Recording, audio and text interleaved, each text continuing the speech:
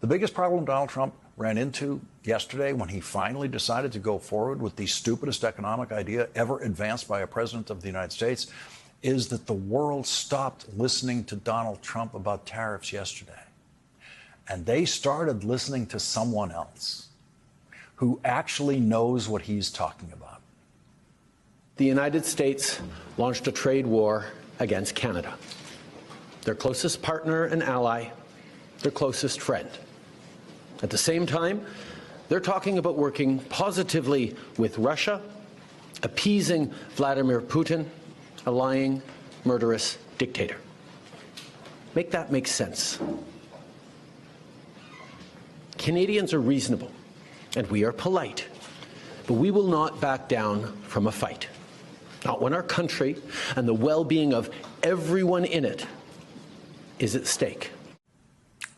That man got Wall Street's attention yesterday, which made them even more worried about what was coming, because clearly the Canadian government has every intention of fighting Donald Trump's illegal tariffs in a way that will be very, very harmful to the economy of the United States. So harmful that the Wall Street Journal actually used the word Great Depression in a predictive headline of what could happen because of Donald Trump's trade war. The last Great Depression in the United States in the 1930s was actually caused by the Smoot-Hawley tariffs, the single stupidest economic idea of the 20th century in the United States, an idea that came from Republicans in Congress and that a Republican president went along with but did not actually champion to the extent that Donald Trump champions his own illegal tariffs.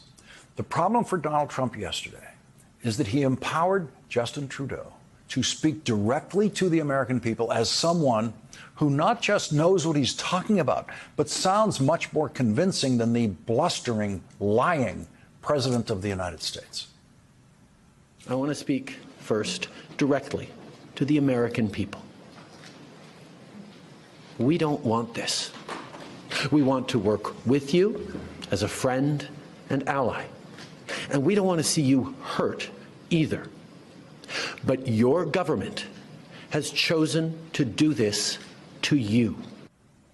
Your government has chosen to do this to you. And of course, by your government, everyone in the United States and Canada and the world knows that he means Donald Trump. Donald Trump has chosen to do this to you. He chose, of course, action yesterday that would add $20,000 to the price of American cars, Dodges, Dodge Ram pickup trucks, Fords, American cars sold in the United States that in the course of their assembly often crossed the Canadian border through Michigan more than once in the complex manufacturing process we have now.